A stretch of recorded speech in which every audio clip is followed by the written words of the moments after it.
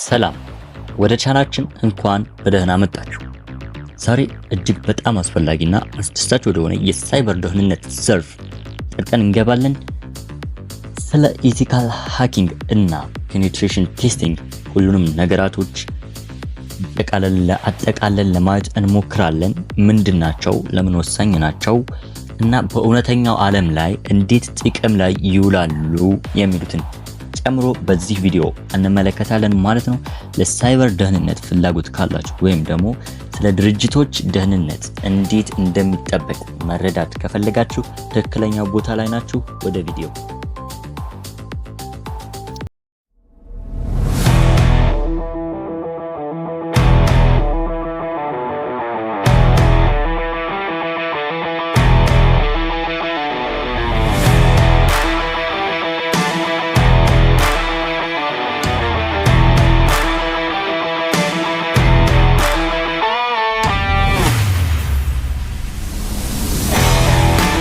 ኢቲካል ሃኪንግ እና ፔኔትሬሽን ቴስቲንግ ምንድነው? ኢቲካል ሃኪንግ ስነ ምግባራዊ ሰርጎ ገብነት እና ፔኔትሬሽን ቴስቲንግ የጥቃት ሙከራ ዘመናዊ የሳይበር ደህንነት ወሳኝ አካላት ናቸው። እነዚህ ዘዴዎች ስርዓቶችንና ኔትወርኮችን ለመመርመር እንዲሁም የደህንነት ጉድለትን ለመለየት የጥቃት ሙከራዎችን ማድረግን ያካትታሉ። ነገር ግን የሚሞከርበት ድርጅት ግልጽ የሆነ ፍቃድ ሲሰጥ ነው። ይህ ቅድመ ዝግጅት ድርጅቶች ትክክለኛ አጥቂዎች ድክመታቸውን ከተጠቅመው ከመበዝበዛቸው በፊት ወይም ደግሞ ዳርክ ሃከርስ የምንላቸው ጉድለታቸውን አውቀው በእነሱ ከመበዝበዛቸው በፊት የመከላከል አቅማቸውን እንዲያጠናክሩ ያስችላቸዋል። ማንኛውም በሳይበር ደህንነት ስራን ለመቀጠር ወይም ለመከታተል የሚፈልግ ሰው የኢቲካል ሃኪንግ መርሆችና ዘዴዎችን መረዳትና ማወቅ አስፈላጊ ነው። ኢቲካል ሃኪንግ ሰርጎ ገብነት፣ ፔኔትሬሽን ቴስቲንግ ወይም ደግሞ ዋይት ሃት ሃከርስ በመባል ይታወቃል። የኮምፒውተር ሲስተም፣ ኔትወርክ ወይንም ደግሞ አፕሊኬሽንስ ውስጥ የደህንነት ጉድለቶችን ለመለየት በህጋዊና በስነ ምግባር የታገዘ የመመርመር እና አፕሊኬሽኖቹን ሲስተሙን ወይም ደግሞ ኔትወርኩን ሊሆን ይችላል ገብቶ ሙከራን የማድረግ ሂደትን ያካትታል። ከጥቃት ሰርጎ ገብነት ወይም ዳርክ ሃት ሃከርስ ከምንላቸው የሚለያቸው ዋና ነገር ምንድነው? ፈቃድ ነው። ከድርጅቱ የሚሰጣቸው ፈቃድ አለ። ኢቲካል ሃኪንግ የሚሰሩ ሰርጎ ገቦች የድርጅቱን ግልጽ ስምምነት ይዘው የሚሰሩ ሲሆን ጥብቅ የስነ ምግባር ደንቦችን ያከብራሉ። እነዚህ መርሆች ወይም ደግሞ ደንቦች ምንድናቸው ስንል የመጀመሪያው ነገር ህጋዊ መሆን ነው። ህጋዊነት ማንኛውንም ሲስተም ከመመርመር የደህንነት ምዘና ከማድረጉ በፊት ትክክለኛ የሆነ ፍቃድ ያገኛሉ። የሥራ ወሰን ትርጉም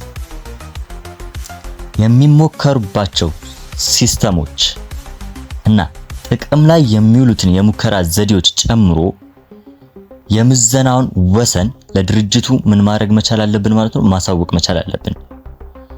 ይህ ብዙውን ጊዜ በመደበኛ ስምምነት ወይም ውል ውስጥ በሰነድ ይደገፋል።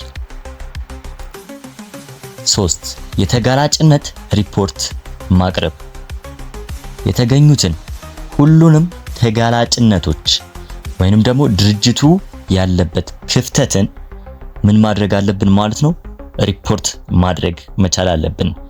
ቢኮዝ ምንድነው ድክመቶቹን ነግረን ድክመቶቹን ሌሎች ዳርክ ሃት ሃከርስ የምንላቸው ወይም ብላክ ሃት ሃከርስ የምንላቸው ጥቃት እንዳይፈጽሙበት እነዛ ተጋላጮች ወይም ደግሞ ክፍተቶችን በመንገር ማሻሻያ ምክሮችን እንሰጣለን ማለት ነው። እንደዚህ ቢደረግ አሪፍ ነው። ዳርክ ሃከሮች ሊያገኙት ይችላሉ በዚህ መንገድ ብለን ሪፖርት እናቀርባለን። አራተኛ የመረጃ ምስጢራዊነት። በምዘና ወቅት የተደረሰባቸውን ምስጢራዊ መረጃዎች ምን ማድረግ መቻል አለብን ማለት ነው? የድርጅቱን ምስጢር ሙሉ በሙሉ መጠበቅ መቻል አለብን ማለት ነው። አምስተኛ ምንም አይነት ጉዳት አለማድረስ። በምዘናው ወቅት በሲስተሞች ወይም በመረጃዎች ላይ ምንም አይነት ጉዳት እንዳይደርስ ማድረግ መቻል አለብን በእኛ ሳይድ በኩል ማለት ነው። ምክንያቱም ዋይት ሃት ሃከርስ ነን፣ ኢቲካል ሃከርስ ነን። የተቀጠልነው የድርጅቱን ድክመት ለማሳወቅና ድክመቱን ተጠቅመው ዳርክ ሃከሮች እንዳያገኙት ለማድረግ ስለሆነ በእኛ ሳይድ ምንም አይነት ጥቃት ማድረስ የለብንም ማለት ነው። እስቲ የኢቲካል ሃኪንግ ሰርጎ ገብነት ሁኔታዎችን በምሳሌዎች እንመልከት። ለምሳሌ የድር ወይም ደግሞ ዌብሳይት መተግበሪያ ደህንነት ላይ ምዘና እናካሂድ። አንድ ኩባንያ let's say it's an e-commerce ዌብሳይት ነው ብለን እናስብ። ያ ኢኮመርስ ዌብሳይት ደህንነቱን ለመገምገም ፈለገ። ስለዚህ ደህንነቴ የተረጋገጠ ነው ወይ የሚለውን ነገር ለማወቅ ምን ያደርጋል ማለት ነው? ዋይት ሃት ሃከርስ ወይም ደግሞ ኢቲካል ሃከር ናቸው የምንላቸው ምን ያደርጋል ማለት ነው? ይቀጥራቸዋል ማለት ነው። ይሄ ሰርጎ ገብ ከተቀጠረ በኋላ እንደ ሲኪዌል ኢንጀክሽን፣ ክሮስ ሳይት ስክሪፕቲንግ፣ የተለያዩ የጥቃት አይነት ለጥቃት ተጋላጭ የሆኑ ነገራቶች ካሉበት ድርጅቱ ምን ያደርጋል ማለት ነው? እነዛን ነገሮች አይደንቲፋይ አድርጎ ያወጣል ማለት ነው። ከዛ አይደንቲፋይ አድርጎ ካወጣ በኋላ እነዚህ ተጋላጭነቶች ተገኝተውበታል ብሎ ምን ያደርጋል ማለት ነው? ሪፖርት አዘጋጅቶ ለድርጅቱ ያቀርባል ማለት ነው። እስቲ ሌላ ደግሞ ኤግዛምፕል እንይ። ኔትወርክ ላይ የሚደረግ የጥቃት ሙከራ። አንድ ባንክ ውስጥ የኔትወርኩን ደህንነት ለመፈተሽ ምን ያደርጋል ማለት ነው? ዋይት ሃት ሃከርስ ወይንም ደግሞ ኢቲካል ሃከርስ ናቸው የምንላቸውን ምን ያደርጋል ማለት ነው? ይቀጥራል ማለት ነው። let's say it's ኢትዮጵያን ኮሜርሻል ባንክ ኦፍ ኢትዮጵያ ነው ብለን እናስብ። ሰርጎ ገቡ በዛ ኔትወርክ ውስጥ ያሉትን ሰርቨሮች፣ መሳሪያዎች፣ የስራ ጣቢያዎች ውስጥ ያሉትን ተጋላጭነቶች በመጠቀም ምን ያደርጋል ማለት ነው? ሚስጥራዊ መረጃዎችን ለማግኘት ይሞክራል። ምን አይነት ተጋላጭነቶችን አለበት የሚለውን ነገር ለማግኘት ይሞክራል። ከዛ ምንድነው ዓላማው ማለት ነው? በኔትወርክ መሰረተ ልማትና የደህንነት ፖሊሲዎች ውስጥ ያሉትን ድክመቶች ከለየ በኋላ ምን ያደርጋል ማለት ነው? ለከቀደም እንዳልነው ተቀጣሪ ነው፣ ዋይት ሃት ሃከር ነው፣ ኢቲካል ነው። ሪፖርት ማቅረብ አለበት ማለት ነው። ከዚህ በተለየ ደግሞ የምናያቸው ሌላ አይነት የምዘና እንትኖች አሉ። አንድ የጤና እንክብካቤ ወይም ደግሞ ጤና ጣቢያ ብለን እናስበው ሰራተኞች አሉት። እነዛ ሰራተኞች ላይ ለማህበራዊ ምህንድስና ጥቃቶች ተጋላጭ ናቸው ወይ የሚለውን ነገር ለመመርመር ሰርጎ ገብ ይቀጥራል። ሰርጎ ገቡ በቀጥታ ወደ ሰራተኞቹ በመደወል ሊሆን ይችላል፣ ኦር ኢሜል በማድረግ ሊሆን ይችላል። በተለያዩ ሜቶዶች ምን ያደርጋል ማለት ነው?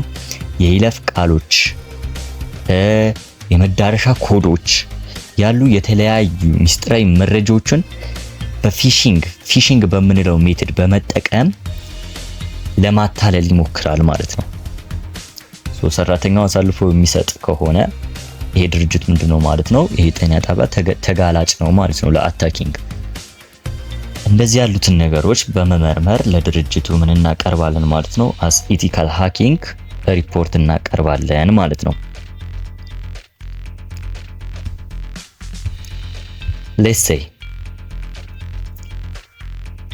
jijis.com የተባለ አነስተኛ የመስመር ላይ ሾፒንግ አለ ወይም ደግሞ ንግድ አለ ብለን እናስብ። እዚህ ንግድ ላይ የሚሸጡት በእጅ የተሰሩ እቃዎች ናቸው ብለን እናስብ። ጀበና ሊሆን ይችላል፣ የሸክላ ድስት ሊሆን ይችላል፣ በእጅ የሚሰሩ እቃዎች ነው እዚህ አነስተኛ የመስመር ላይ ንግድ የሚሸጠው ወይም ደግሞ ንግዱ የሚካሄደው። ይህንን ስራ ሊያስተጓጉሉ የሚችሉ ወይንም የደንበኞችን መረጃ ሊያጠፉ የሚችሉ ነገሮች እንዳሉ ለማወቅ ያስባል ማለት ነው። jijis.com ኃላፊው ምን አይነት ተጋላጭነት አለብኝ፣ የሳይበር ጥቃቶች ሊከሰትብኝ ይችላል የሚለው ነገር ያሳስበዋል ማለት ነው። ሁሉን አቀፍ የሆነ የደህንነት ምዘና ለማካሄድ በኢቲካል ሃከሮችን ይቀጥራሉ ማለት ነው። ድክመቱን ለማወቅ ማለት ነው። ደህንነቱን እየተጠቀመ ያለውን የድር ጣቢያ ደህንነቱን ለማወቅ ምን ያደርጋል ማለት ነው? ኢቲካል ሃከር ይቀጥራል ማለት ነው። የደህንነት ምዘና ለማካሄድ በዚህን ጊዜ ይህ ኢቲካል ሃከር ምን ነገራቶችን ያካሂዳል? የመጀመሪያ ስቴፕ መረጃዎችን ይሰበስባል። ከjijis.com የመስመር ላይ ንግድ ምን ያደርጋል ማለት ነው? የድር ጣቢያቸውን፣ ማህበራዊ ሚዲያ ገጻቸውን፣ ስለ መሰረተ ልማታቸው በይፋ የሚያገኛቸውን መረጃዎች በሙሉ መመርመር ይጀምራል ማለት ነው። ስቴፕ 2 ላይ ምን ያደርጋል? ተጋላጭነቶቹን ለመለየት ይሞክራል ማለት ነው። እዛ jijis.com ላይ ያለፈባቸው ሶፍትዌሮች ካሉ፣ የተሳሳተ ውቅር ያላቸው ሰርቨሮች ወይንም ደግሞ ደካማ የይለፍ ቃሎች ያሉት ከሆነ እነዚህን ድክመቶች ለመቃኘት የተለያዩ መሳሪያዎችና ቴክኒኮችን ይጠቀምና ተጋላጭነቶቹን ለመለየት ይሞክራል ማለት ነው። በሶስተኛ ደረጃ የብዝበዛ ሙከራን ያካሂዳል። የተለያዩ ተጋላጭነቶችን ካገኘ በኋላ ወደ ሲስተማቸው ይገባል። መረጃዎችን ያለ ፍቃድ ማለት ነው፣ ያለ ፍቃድ ለማግኘት ይሞክራል።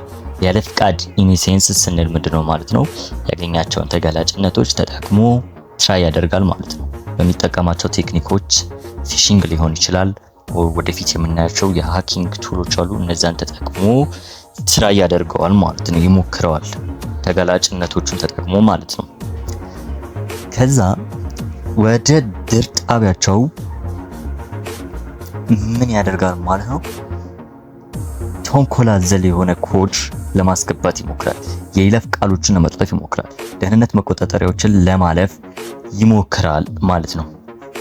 ከዛ በኋላ ምንድን ነው የሚያደርገው?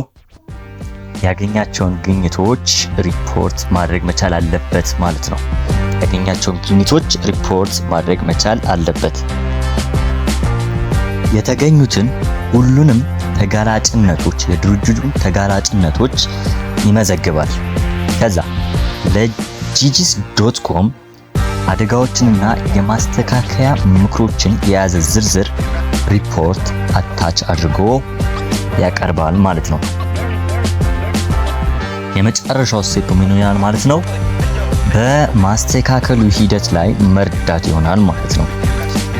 jijis.com let's say IT ቡድን ካሉት ከነርሱ ጋር በመሆን የደህንነት እርምጃዎችን እንዴት መውሰድ እንዳለባቸው፣ ተጋላጭነቶቹን እንዴት መዝጋት መቻል እንዳለባቸው ምን ማድረግ ይችላል ማለት ነው። ተመካክሮ እነዛን ነገሮች ለማስወገድ የማስተካከያ መንገዶችን ይጠቁማል ማለት ነው።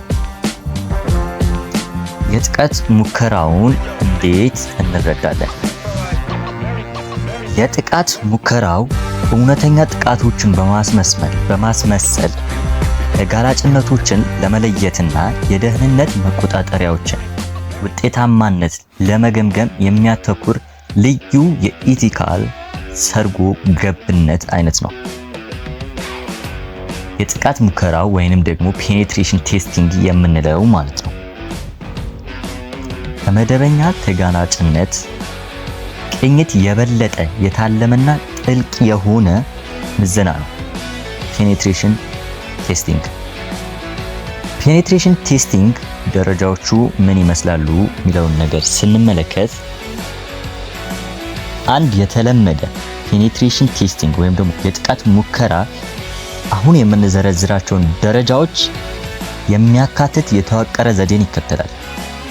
የመጀመሪያ ደረጃ እቅድ ማውጣትና ወሰንን መወሰን ለሙከራው ግቦችን ወሰንንና የተሳትፎ ደንቦችን ይገልጻል። ይህ የሚሞከርባቸው ሲስተሞችን፣ ጥቅም ላይ የሚውሉትን የሙከራ ዘዴዎችን እና የምዘናውን የጊዜ ገደብ መለየትን ያካትታል። 2. መረጃ መሰብሰብ ወይንም ደግሞ ዕውቀትን ማግኘት ስለ ኢላማው ድርጅት እና ስለ ሲስተሞቹ ምን ይደረጋል ማለት ነው? መረጃ ይሰበሰባል ማለት ነው። ለምሳሌ ዳታቤዙ ሊሆን ይችላል፣ ማህበራዊ ሚዲያውን ሊሆን ይችላል። የሚያስፈልጉትን መረጃዎች በሙሉ ስለታለመበት ድርጅት ምን ማድረግ እንችላለን ማለት ነው? መረጃዎችን መሰብሰብ፣ ዕውቀቶችን ማግኘት እንጀምራለን ማለት ነው። የኔትወርክ ካርታው ምን ይመስላል? የዛ ድርጅት ፖርት ስካን እናካሂዳለን። እነዚህን ቴክኒኮች በመከተል የዛን ድርጅት መረጃዎች ምን ያደርጋል ማለት ነው? ይሰበስባል። ይሄ የሚሆነው በአንድም በሌላ በኩል ሊሆን ይችላል። አንደኛ ፔኔትሬሽን ቴስቲንግ ወይም ኢቲካል ሃከሩ ስለ ድርጅቱ ምንም አይነት ዕውቀት ሳይኖረው የራሱን ዕውቀት ተጠቅሞ እዛ ድርጅት ላይ ኢላማ የተደረገበት ድርጅት ላይ ምን ያደርጋል ማለት ነው? ሙከራዎችን ያደርጋል ማለት ነው። ወይንም ደግሞ ይህ ኢቲካል ሃከር ወይም ዋይት ሃት ሃከር የምንለው ስለ ድርጅቱ ዕውቀት ይኖረውና ጥልቅ ዕውቀት ይኖረውና ስለ ድርጅቱ ያለውን የኔትወርክ ዝርጋታ ሊሆን ይችላል፣ ፖርት ስካኑ ምን ይመስላል የሚሉትን ነገሮች ያሳውቀውና ያንን ዕውቀት ተጠቅሞ ጥቃቶችን በመፈጸም መረጃዎችን ያሰባስባል ማለት ነው። ሶስተኛው የተጋላጭነት ቅኝት በኢላማው ሲስተም ውስጥ ሊሆኑ የሚችሉ ተጋላጭነቶችን ለመለየት አውቶማቲክ መሳሪያዎችን ይጠቀማሉ። ኢቲካል ሃከርስ የምንላቸው ማለት ነው። ይህ ድርጅቱ ውስጥ ያለውን ክፍተት፣ ያለፈባቸው ሶፍትዌሮች፣ ለአታኪንግ የሚመቹ ያለፈባቸው ሶፍትዌሮች፣ የደህንነት ጉድለቶች መቃኘትን ያካትታል ማለት ነው። ይህንን ተጋላጭነት ቅኝት ዘርዝሮ ያስቀምጣል ማለት ነው። ከዛ አራተኛ ላይ እነዚህን ተጋላጭነት ከቃኘ በኋላ ብዝበዛ ወይንም ደግሞ አታኪንግ ይጀምራል ማለት ነው። እነዚህን ስርዓቶች ተጋላጭነቶችን ካወቀ በኋላ ምን ያደርጋል ማለት ነው? አታክ ይፈጽማል ማለት ነው። የተለያዩ መሳሪያዎችን ይጠቀማል። እነዚህን በቀጣይ እናያቸዋለን ማለት ነው። ፊሺንግ ሊሆን ይችላል፣ ፔኔትሬሽን ቴስቲንግ ሊሆን ይችላል፣ ሜታስፕሎይትን ተጠቅሞ ሊሆን ይችላል። እነዚህን ነገሮች ወደፊት በምናያቸው ሌሰኖች እንመለከታቸዋለን። ብዝበዛ ይፈጽማል። አሁን ያገኛቸው ተጋላጭነቶች ላይ ብዝበዛን ይፈጽማል ማለት ነው። ከዛ ከብዝበዛ በኋላ ምን ያደርጋል ማለት ነው? ስለ ኢላማው ሲስተም፣ ስለ ኔትወርኩ ያገኛቸውን መረጃዎች ምን ያደርጋል ማለት ነው? ሪፖርት ማዘጋጀት ይጀምራል ማለት ነው። ሪፖርቶችን ካዘጋጀ በኋላ ለድርጅቱ ይሄ ክፍተት አለብክ፣ እንደዚህ አይነት ነገር አድርገን ማስተካከል ይኖርብናል ብሎ ምን ያደርጋል ማለት ነው? ሪፖርት ያደርጋል ማለት ነው። ፔኔትሬሽን ቴስቲንግ ብዙ አይነት የፔኔትሬሽን ቴስቲንግ አይነቶች አሉ፣ ወይም ደግሞ የምናካሄድባቸው የጥቃት ሙከራዎች አሉ። የጥቃት ሙከራዎች ለሞካሪው በሚሰጠው የደረጃ መጠን ላይ በመመስረት ሊመደቡ ይችላሉ። የመጀመሪያው ብላክ ቦክስ ቴስቲንግ የምንለው ሞካሪው ስለ ኢላማው ስርዓቶች ምንም ቅድመ ዕውቀት ሳይኖረው ያልኳችሁ ማለት ነው። ምንም አይነት ቅድመ ዕውቀት ሳይኖረው መረጃዎችን ልክ እንደ ዳርክ ሃከር በመሆን ወይም ደግሞ እንደ ውጫዊ መጥፎ ጠላፊ በመሆን ጥቃትን በመፈጸም መረጃውን ይሰበስባል ስለ ድርጅቱ። ሁለተኛው ዋይት ቦክስ ቴስቲንግ የምንለው ነው። ይህ ደግሞ ሞካሪው የኔትወርክ ዲያግራሙን፣ የኮድ ምንጫቸውን፣ የምስክር ወረቀቶችን፣ ስለ ድርጅቱ ያለውን ነገር በሙሉ ዕውቀት ኑሮት ምን ያደርጋል ማለት ነው? ምዘናውን ይጀምራል ማለት ነው። እዛ ድርጅት ላይ እነዚህን ነገሮች ካወቀ በኋላ ክፍተቶችን መፈለግ ይችላል ማለት ነው። መፈለግ ይጀምራል ማለት ነው። ሶስተኛው ግሬ ቦክስ ቴስቲንግ ነው። የሚሞክረው ኢቲካል ሃከር ስለ ኢላማው ሲስተም ከፊል የሆነ ዕውቀት ነው የሚኖረው። ያ ማለት በብላክ ቦክስ ቴስቲንግ እና በዋይት ቦክስ ቴስቲንግ መካከል ያለ ኢቲካል ሃከር ነው የሚደረግ የቴስቲንግ አይነት ነው ማለት ነው። የሚደረግ የፔኔትሬሽን ቴስቲንግ አይነት ነው። የጥቃት ሙከራው ወይንም ደግሞ ፔኔትሬሽን ቴስቲንግ ቴክኒኮችን እስቲ በምሳሌ እንመልከታቸው። ከነዚህ ውስጥ የመጀመሪያው ኤስኪዩኤል ኢንጀክሽን የምንለው ነው።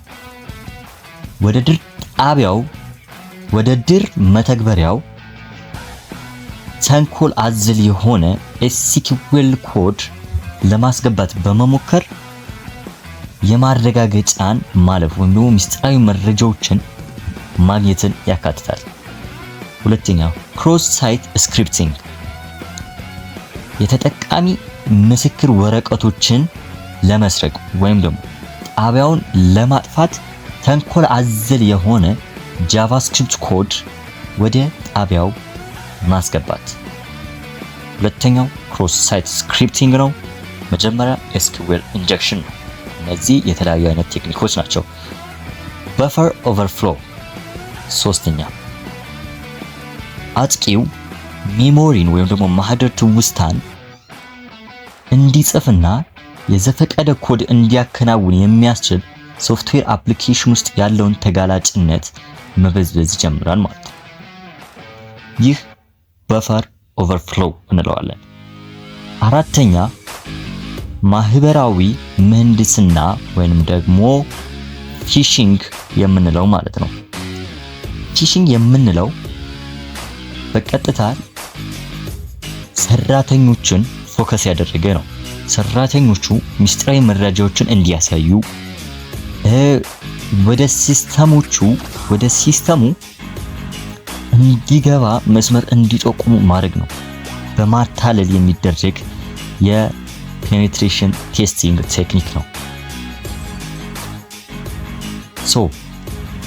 በኢቲካል ሃኪንግ ሰርጎ ገብነት እና ፔኔትሬሽን ቴስቲንግ የጥቃት ሙከራ ያሉት ቁልፍ ልዩነቶች ምንድናቸው የሚለውን ነገር እንመልከት።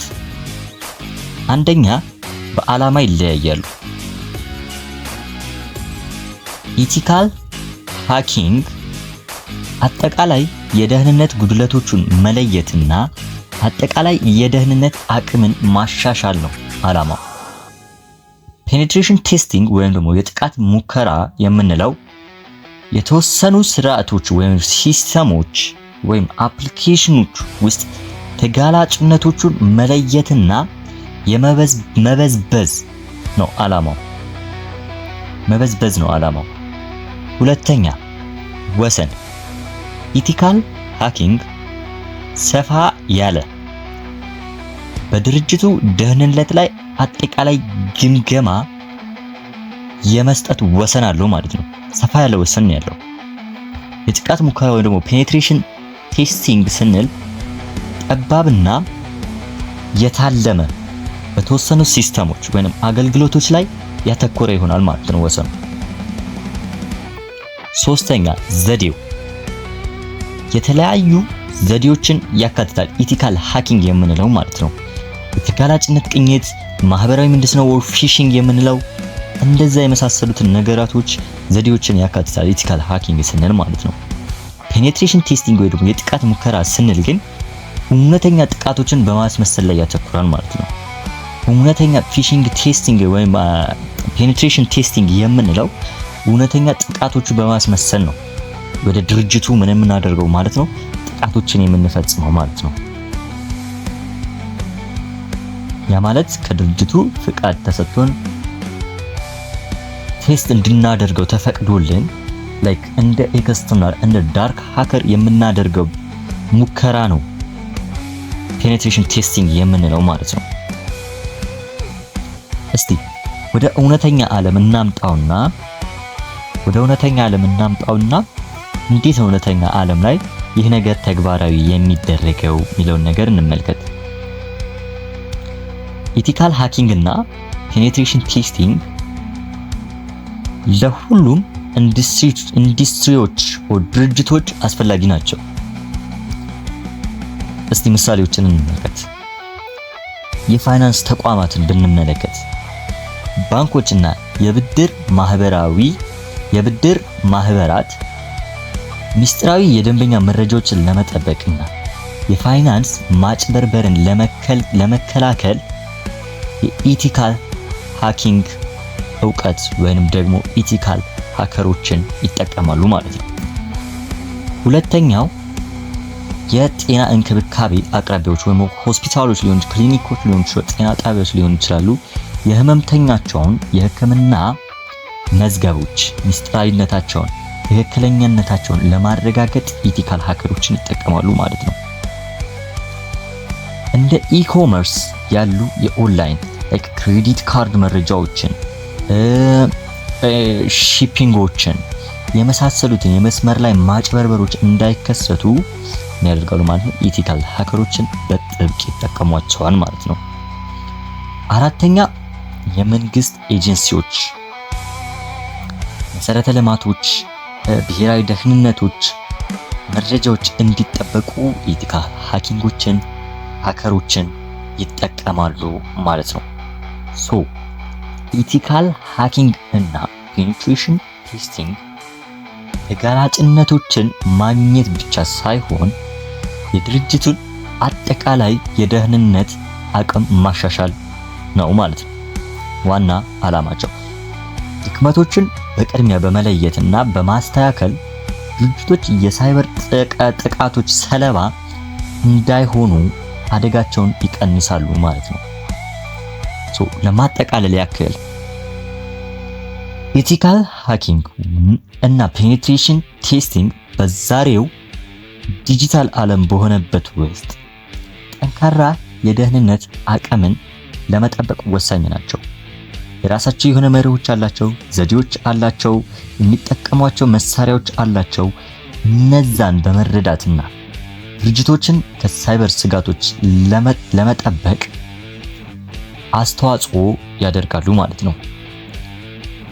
ቀጣዩ እርምጃ የሳይበር ደህንነትን አስፈላጊነት መረዳት ነው። ከዚህ በኋላ በሚኖሩን ኮርሶች በሙሉ የምንጠቀምበትን ኦፕሬቲንግ ሲስተም ካሊ ሊነክስን በዝርዝር እንመለከታለን ማለት ነው። እንግዲህ ይህ ነበር ስለ ኢቲካል ሃኪንግ እና ስለ ፔኔትሬሽን ቴስቲንግ ማወቅ የነበሩብን። እንደምታዩት እነዚህ ዘዴዎች በዛሬው ዲጂታል ዓለም ውስጥ ንግዶችን እና ግለሰቦችን ለመጠበቅ በጣም ወሳኝ ናቸው። ድክመቶችን በቅድሚያ መለየት፣ ጠንካራ የመከላከያ መስመሮችን መገንባት ያካትታሉ። ለዚህ ቪዲዮ ጊዜያችሁን ሰጥታችሁ ስላዳመጣችሁኝ በጣም አመሰግናለሁ። ይህ መረጃ ጠቃሚ ሆኖ እንዳገኛችሁ ተስፋ አደርጋለሁ። ማንኛውም ጥያቄ ካላችሁ ከታች በኮሜንት ስፍራ ልትጠይቁን ትችላላችሁ። በሚቀጥለው ጊዜ ደግሞ ስለ ሳይበር ደህንነት አስፈላጊነትና ስለ ካሊ ሊነክስ በተመለከተ ተጨማሪ እንማማራለን። እስከዚያው ድረስ ደህንነታችሁን ጠብቁ። መልካም ጊዜ